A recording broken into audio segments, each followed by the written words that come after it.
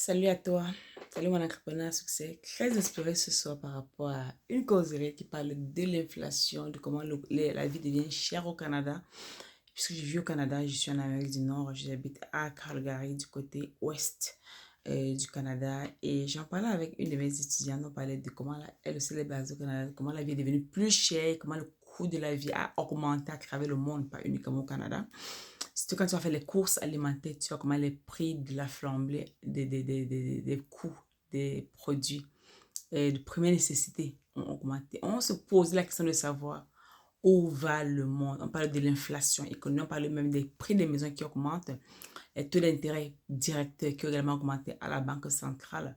On discutait maintenant de l'entrepreneuriat et comment il y aura de l'impact sur les entreprises, petites et moyennes entreprises, parce que les grandes corporations, elles sont déjà peut-être un peu implémentées, elles ont déjà peut-être les structures en place, elles ne vont pas trop subir ce coût de la vie, cette augmentation et de l'inflation, mais par contre, les petites et moyennes entreprises vont en prendre le coup.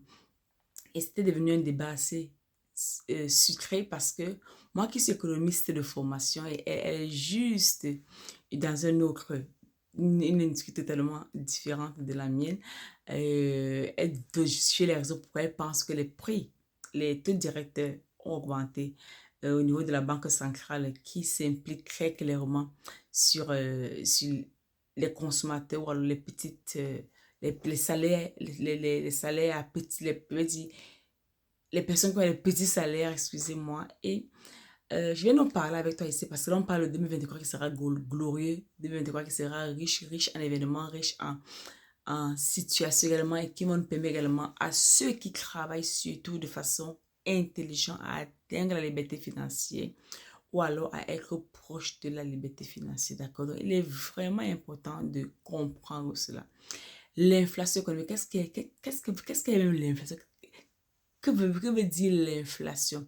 Pourquoi en fait il y a de l'inflation à travers le monde? Pourquoi est-ce que les prix, les taux directeurs augmentent? Pourquoi est-ce que les prix des flambées de nourriture augmentent? Et aussi, je me rappelle juste aussi, j'ai un de mes employés qui me disait en fait, parce que lui, euh, il gère le restaurant de mon entreprise et il doit acheter des repas pour servir des personnes, n'est-ce pas? Et je me disais que, mais comment est-ce que les factures sont devenues plus chères comme ça?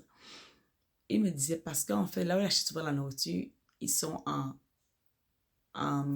il manque en fait des ingrédients qu'il recherchait.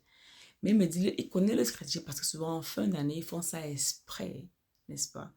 Pour mettre en ligne que des articles ou des articles qui sont inexistants et pour revenir avec ça en début d'année en augmentant les prix. Vous voyez? Donc, c'est pas intelligent. Et je viens de te poser la question, ça, toi qui es un entrepreneur. Avec cette situation, que comptes-tu faire? Quelle est ta stratégie pour pouvoir toujours attirer les clients sans augmenter les prix? Quelle est ta stratégie de vouloir garder ton cap de la vie, alors budgétiser tes dépenses à 3, 4, 5% sans vouloir très clairement rechercher de l'argent ailleurs dans d'autres catégories de dépenses pour vouloir augmenter ton budget? Quelle est la stratégie que tu comptes implémenter dans ta maison, dans ton entreprise pour vouloir garder les salariés que tu as parce qu'il faut aussi partir. L'inflation impacte beaucoup de personnes. Ça impacte non seulement ton entreprise, même les salariés parce que si demain les salaires ne suivent pas, les salariés iront chercher des boulots qui vont leur payer au moins au minimum de ce qu'ils aimeraient avoir dans leur maison. Des personnes ont leur plan de vie, des personnes ont envie de vivre leur vie comme ils ont envie de réussir, mais toujours est-il qu'il faut avoir un plan de vie. Et je viens de te demander quel est dans ton plan de vie? Que comptes-tu faire? Quelle est dans ta situation exacte? Quelle est dans ta stratégie que tu aimerais implémenter pour que les choses se passent mieux pour toi? Quel est dans ton plan de finances derrière tout cela? D'accord? Donc, dis-moi. J'ouvre le débat ici et je t'attends en commentaire. Ok? Bye.